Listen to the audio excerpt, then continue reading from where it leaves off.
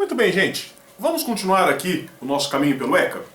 Então, se não me falha a memória, nós estávamos falando aqui sobre as possibilidades de medidas socioeducativas, né? Então são aquelas que são mais parecidas com as penas que tem no Código Penal, mas que não são penas, né? Não tem esse caráter retributivo, como a gente viu, e que são aplicáveis apenas a adolescentes, ou seja, só pessoas que têm aí mais de 12 anos, né? Então, já vimos aqui quase todas as medidas socioeducativas que são previstas pelo ECA, né?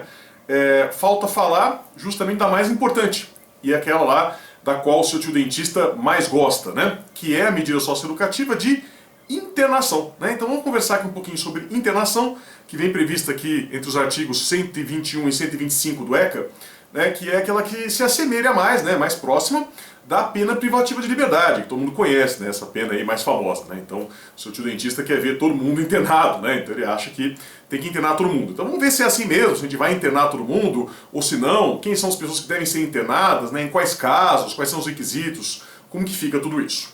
Bom, para começar, eu queria conversar com vocês um pouquinho sobre os princípios da internação, tá? Então quais são as regrinhas que tem por trás aqui da internação? São basicamente duas. O primeiro é o chamado princípio da brevidade. Brevidade, como vocês já perceberam, vem de breve, de rápido, de célere. Então, vai dizer exatamente o que vocês estão imaginando, né? A internação, ela deve ser breve. E breve em que sentido? Né? Duas significações aqui. Primeiro, ela tem que durar o menor tempo possível. Então eu vou deixar lá o adolescente internado o menos tempo possível. De novo aí, o seu tio fica bravo, né? Porque ele quer que fique internado lá pelo menos uns 80 anos, né? Então aqui não, vai ser o mais rápido possível, né? Duração mínima possível. Tanto que a internação não tem uma duração pré-determinada, conforme a gente vai ver daqui a pouquinho. E também, né, isso é também desejável, que essa internação, se for o caso, ela aconteça o mais próximo possível do ato infracional. Né? Então o ideal é que, assim, aconteceu o ato infracional, o mais rápido possível, a gente vai ter aqui a aplicação da medida socioeducativa de internação. Né? A gente vai ter a internação aqui nesses casos, tá? Não é bom que aconteça o ato infracional e 2 anos depois você tem a internação. É aquela questão de celeridade, né? Até mesmo porque, para demonstrar aí causa e consequência, né? Então, o adolescente saber que ele foi internado por conta de algum comportamento que ele teve, né? Então, o que causou a internação foi determinado comportamento, né? Causa e consequência, tá? E a outra regrinha, que também o seu tio não vai gostar, é o princípio da excepcionalidade. Ou seja, a internação, gente, é a última coisa que a gente vai usar. É igual ao direito penal, a última ratio, tá? Então eu vou ter aqui a internação só quando não tiver outra medida socioeducativa que seja satisfatória, que resolva aqui essa questão, né? Então, é justamente o contrário do pensamento intuitivo, né? Do pensamento do leigo. O leigo, ele acha que a única saída, né? A única coisa que a gente pode fazer é a internação. E na realidade não, né? Na realidade, a internação é uma última coisa que a gente vai lançar a mão, né? Um último recurso. Preferencialmente, né, vamos tentar resolver de outras formas anteriormente, né, que não seja por meio da internação, tá? Importante que a gente observe, né, que a internação ela vai ter duas modalidades. Importante que vocês notem isso, é bem parecido com o processo penal, né? Então vocês vão ver que é bastante intuitivo, vocês já vão perceber aqui pela minha explicação. Então eu posso ter a internação provisória e a internação definitiva, tá? Essa internação provisória, como o próprio nome diz, né, ela é antes da sentença. E, portanto, ela acaba se assemelhando muito, né, se aproximando muito, daquelas hipóteses de prisão cautelar, daquelas hipóteses de prisão processual penal. Né? Essa que vai ser a ideia aqui. Então, mais ou menos muito parecida com a prisão preventiva, a prisão temporária, né? Aquelas modalidades de prisões que nós temos para adultos antes de sentença condenatória definitiva. Então aqui é a mesma coisa. Em alguns casos a gente vai ter a possibilidade dessa internação provisória, que é prevista aqui pelo artigo 108 do ECA, sempre antes da sentença, mais excepcional ainda, porque, é claro, né, a gente está internando aqui alguém que não foi julgado ainda, né, alguém contra quem não temos ainda uma decisão definitiva aí, condenando pela prática de ato infracional, né? E ela é bastante limitada, ela vai durar no máximo 45 dias, né, 1 mês e meio que a pessoa pode ficar lá internada em internação provisória, tá? Mais detalhes sobre ela a gente vai ver na sequência, quando estudar aqui o procedimento de apuração dos atos infracionais. Então fiquem sossegados, né? A gente vai falar mais sobre isso logo mais, no próximo vídeo. Né? E o que vai interessar mais para nós agora é a internação definitiva, que é artigo 122, inciso 1 e 2 do ECA, que é depois do trânsito em julgado. Tá? Então depois que a sentença, né, que estabeleceu essa internação já transitou em julgado. Por quê? Porque tem recurso de apelação, a gente vai ver também isso lá na parte processual, né? Existe aqui essa possibilidade de apelação, e essa apelação aqui no ECA tem efeito suspensivo. Então, portanto, né, a internação definitiva só acontece depois de que não couber mais nenhuma reforma, mais nenhum reparo, né, daquela decisão que acabou determinando aqui a internação, tá? E essa tem uma duração máxima de 3 anos. Importante vocês notem isso, tá? Então essa, na realidade, né, gente, observem bem isso, é a principal diferença que tem entre a pena e a medida socioeducativa. Né? É claro que não é a única diferença, mas é para esse aspecto que eu quero chamar a atenção de vocês. Se vocês forem lá na Fundação Casa, né, a antiga FEBEM, vocês vão observar que a Fundação Casa ela é extremamente parecida com uma penitenciária. A Fundação Casa aqui tem aqui essa medida socioeducativa de internação. É como se fosse uma penitenciária. Ela vai ter duas diferenças em relação a uma penitenciária. A diferença número 1, né, é que você não encontrará lá adultos, as pessoas mais velhas lá têm 20 anos e alguns meses, conforme a gente vai ver daqui a pouco. E a diferença maior é essa que eu acabei de falar. O tempo máximo que vai durar essa internação é 3 anos. Enquanto vocês sabem que a pena privativa de liberdade, né, ela podia durar até 30 anos, e agora, desde o pacote anticrime, recentemente aí entrar em vigor, a gente tem até 40 anos. Né? Então a diferença maior é essa. Né? Então, quando você tem a pena privativa de liberdade, o sujeito pode ficar 40 anos preso, no máximo. Né? E aqui a internação máxima é 3 anos. Tá? Precisaria ser assim? Né? Está correto que seja assim? É claro que a gente pode discutir tudo, né, gente? Direito admite discussões de todas as naturezas. Então eu tenho certeza que vocês aí têm entendimentos, né, têm opiniões a respeito, e vocês podem manter suas opiniões, podem ficar totalmente à vontade, né? É um assunto que é, inclusive, um debate extremamente relevante. É bom que a gente possa debater esses assuntos, né, que são assuntos aqui um pouco complexos e que exigem aqui uma atenção especial de todos nós, tá? Então, assim, o que eu posso explicar para vocês? Por que é mais curto? Né? É mais curto porque a noção de tempo, para quem é muito jovem, é diferente. É aquela coisa, né? Se chegar lá pro seu avô, que tem 90 anos, e falar para ele 20 anos atrás, ele vai falar, foi o outro dia. Para a maior parte de vocês que estão me vendo, 20 anos atrás, vocês nem lembram, né? Porque vocês eram crianças muito pequenas, vocês tinham lá, né, sei lá, 3, 4 anos de idade, vocês nem lembram o que vocês estavam fazendo 20 anos atrás, né? No ano 2000, por exemplo, em 1999. Então, por conta disso, né, a noção de tempo é muito relativa. Tem uma frase que eu gosto muito que diz assim, né? Cada ano que passa, o Natal chega mais rápido. O que é verdade, né? Isso é absolutamente verdade. Tanto que aquele assunto de todo mês de dezembro, né? Tá chegando dezembro, chegando Natal, você entra no elevador do seu prédio, o que o seu vizinho vai falar?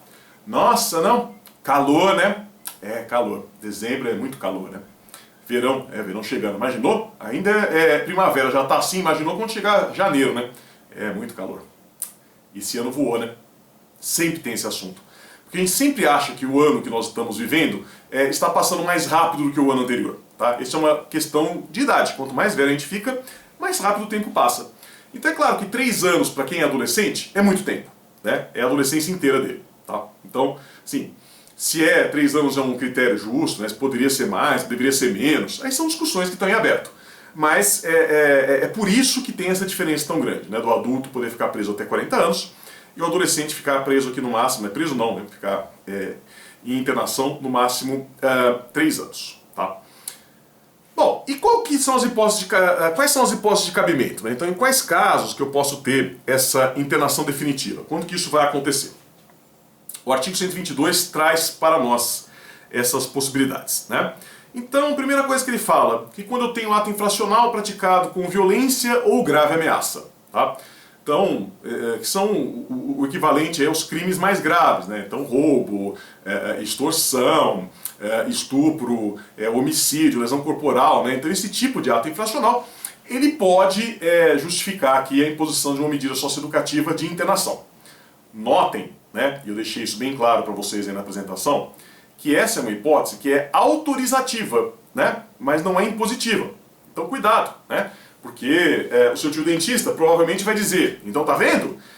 Teve violência ou grave ameaça, tem que ir para internação. Eu vou dizer para vocês que não necessariamente, né? Está apenas autorizando o juiz a aplicar a internação nesse caso.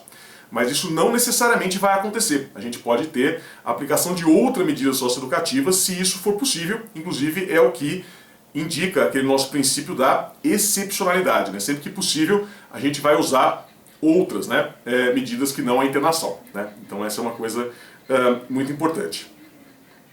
Segunda hipótese, que ele fala aqui, ó, pela reiteração ou cometimento de outras infrações graves.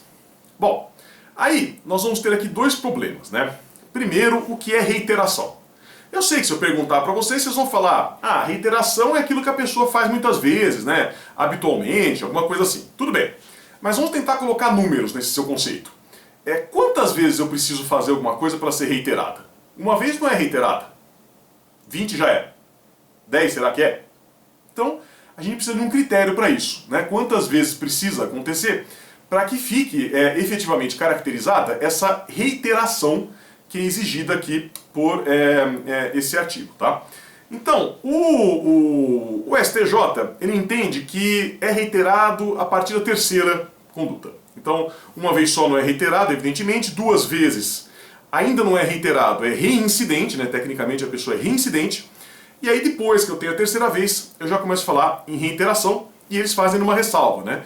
Que quando eu tenho aquela possibilidade da remissão, né? Remissão é o perdão, a gente vai ter a possibilidade do perdão em alguns casos aqui no ECA, né? Depois a gente vai ver isso melhor lá na parte processual também, não conta para reiteração, tá? Então reiteração vai ser só quando eu tenho aqui efetivamente a aplicação de uma medida socioeducativa. Aí, né, mais de 3 vezes eu vou ter a reiteração, né? Então esse é o problema que aparece aqui.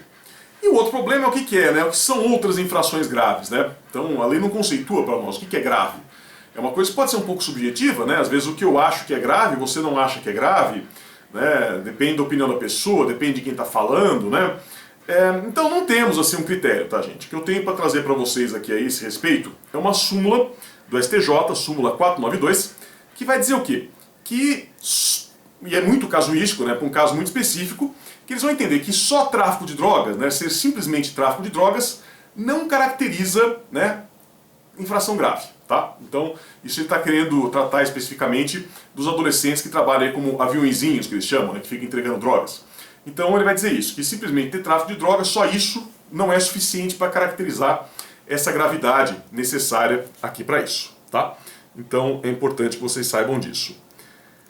E a terceira e última possibilidade, né, que eu tenho aqui de internação, e eu até já mencionei isso com vocês na última aula, vai ser quando eu tenho descumprimento injustificado de alguma medida anteriormente imposta, né? Então, qual foi o exemplo que eu trabalhei com vocês? Vocês vão lembrar.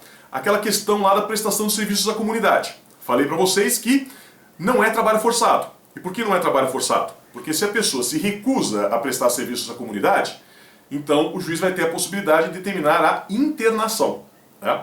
Então, na verdade, é uma escolha. Ele fala, olha, tem prestação de serviço à comunidade. Não quer? Não tem problema. Então, você vai ser internado, né? Ele não é forçado a trabalhar em momento algum, tá? Então, é nesse tipo de situação, né? Quando você tem uma outra medida socioeducativa que foi imposta anteriormente, que por alguma razão não está sendo cumprida, então você vai ter essa possibilidade aqui, que é a que a gente chama de internação-regressão ou internação-sanção, tá? É um pouco diferente das outras, né? E é importante, né? A gente tem aqui súmula também do STJ a esse respeito, né? Súmula 265, dizendo que aqui, como é uma coisa que é mais gravosa, né? Como a gente está fazendo algo que é prejudicial para o adolescente, então tem que ter o contraditório, ele tem que ser ouvido antes, né? Ele vai ter a oportunidade de justificar por que ele não prestou lá o serviço à comunidade, né? Por que ele não fez lá outra medida socioeducativa que foi imposta para ele anteriormente. Se não tiver justificativa nenhuma, aí vai ter essa possibilidade aqui de regressão, tá? No parágrafo 1º, gente, tem uma regra importante. Vejam, eu falei para vocês, né, que a internação, em regra, ela vai durar no máximo 3 anos. Já disse isso. Só que cuidado, porque essa internação-regressão, ou essa internação-sanção, que eu estou falando para vocês aqui agora, ela é mais curta, tá? Ela vai durar no máximo 3 meses, nos termos aqui do parágrafo 1º. Então, cuidado, né? Cuidado com isso. E tem aqui, não custa lembrar, parágrafo 2º, que vai nada mais, nada menos, né, do que verbalizar aquele princípio da excepcionalidade, que nós já tínhamos mencionado, né, que vai dizer que você não deve aplicar a internação se houver outra medida socioeducativa adequada, né? A internação vai ser a última possibilidade, né? Então nenhuma novidade aqui a esse respeito. A gente vai ter sempre aqui isso como última ratio, né? Exatamente como direito penal. tá? Outras considerações aqui a esse respeito, né? Obviamente, essa medida socioeducativa, que é a mais importante, é a mais gravosa de todas, né? Ela pressupõe apuração de materialidade e autoria.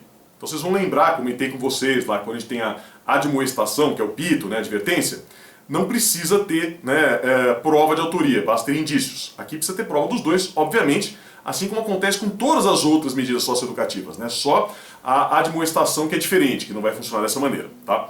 Mas em todas as outras a gente vai ter essa possibilidade, tá? Depois, além disso, uma outra coisa muito importante, que também tem súmula do STJ, vocês estão percebendo, tem muita súmula do STJ aqui, súmula 342 no caso, que vai dizer o seguinte, que eu não posso aplicar a medida de internação baseada unicamente na confissão do adolescente. Então veja, gente, vocês já estudaram isso em processo penal, né, para adulto, que antigamente se falava, né, que a confissão é a rainha das provas. Hoje, isso já está bastante superado, porque tá cheio de adulto aí que confessa crime que não cometeu. E confessa por razões várias, né? Confessa porque quer ser preso, confessa porque quer livrar o comparsa, né? Confessa para se beneficiar do crime continuado, eventualmente, isso é muito comum. Né? Então, se tem adulto fazendo isso, vocês imaginem vocês, né, adolescente. Tá? Coisa mais comum do mundo é adolescente confessar, né, para levar a cara do adulto que cometeu o crime, porque sabe que a punição do adulto é muito mais rigorosa. Tá? Então, por isso que tem esse entendimento dizendo que a simples confissão do adolescente, né, não é suficiente para que a gente tenha aqui, né, a aplicação de medida socioeducativa. Né? Ou seja, essa confissão ela até pode acontecer, mas ela tem que estar de acordo com o restante do conjunto probatório. Exatamente como acontece com o adulto. Né? Nenhuma grande novidade aqui. A novidade é que nos casos de adolescente, o juiz tem que ser ainda mais criterioso, tem que ser ainda mais cuidadoso por conta, né, dessa problemática de termos uma punição não tão rigorosa, que eventualmente pode ensejar, né, que o adolescente se responsabilize por coisas que adultos fizeram. Tá? Bom, por fim, algumas palavrinhas aqui sobre questões de prazo. Né? Então, eu já falei que dura no máximo 3 anos, mas notem, né, não tem um prazo determinado. Então essa é uma diferença muito grande da pena. Porque a pena, do jeito que ele é preso, ele sabe, eu vou cumprir aqui 5 anos e 4 meses, né? Como se costumava dar para roubo aí antes de mudar a lei. Então ele sabe que vai ficar exatamente 5 anos e 4 meses preso. Tá? O adolescente ele não tem um prazo determinado. Então ele não chega lá, você vai ficar 2 anos, por exemplo. Não. Ele vai ficar em medida socioeducativa e ele sabe, vai ficar no máximo 3 anos ou até ele completar 21 anos de idade, o que acontecer primeiro. Porque essa é uma pergunta que me fazem muito, né? Ah, professor, mas e se o cara vai lá e com 17 anos, né, e 10 meses mata alguém, ele vai ter medida socioeducativa? Vai, porque ele é inimputável. Ah, mas então ele pode ficar internado depois dos 18? Pode, né? E o que o ECA diz é isso, ele vai ficar internado após os 18, até no máximo 21 anos ou 3 anos de internação. Que meio que coincide, né? 18 mais 3 vai dar 21, é mais ou menos coincidente. Não necessariamente, né, mas é próximo, tá? Então é isso, ele vai ficar internado até os 21 anos, ou até no máximo 3 anos, mas você vai ter reavaliações aí a cada 6 meses, né? Para ver se é o caso de mantê-lo internado ou não, tá? Então ele pode sair antes. Esse é um prazo máximo, não é um prazo mínimo, tampouco um prazo fixo, né? Um prazo que vai necessariamente acontecer, tá bom? É isso, gente. Não percam na sequência, a gente vai falar aqui sobre o procedimento de apuração dessas medidas, desses atos infracionais, né? A gente já viu quais são os atos infracionais, já vimos como que vai ser as consequências dele, quais serão as consequências deles. E na sequência vamos ver então como que é o processinho, né? Quais são as regras e processos que a gente tem aqui para apurar isso, tá bom? Não percam. Muito obrigado e até já.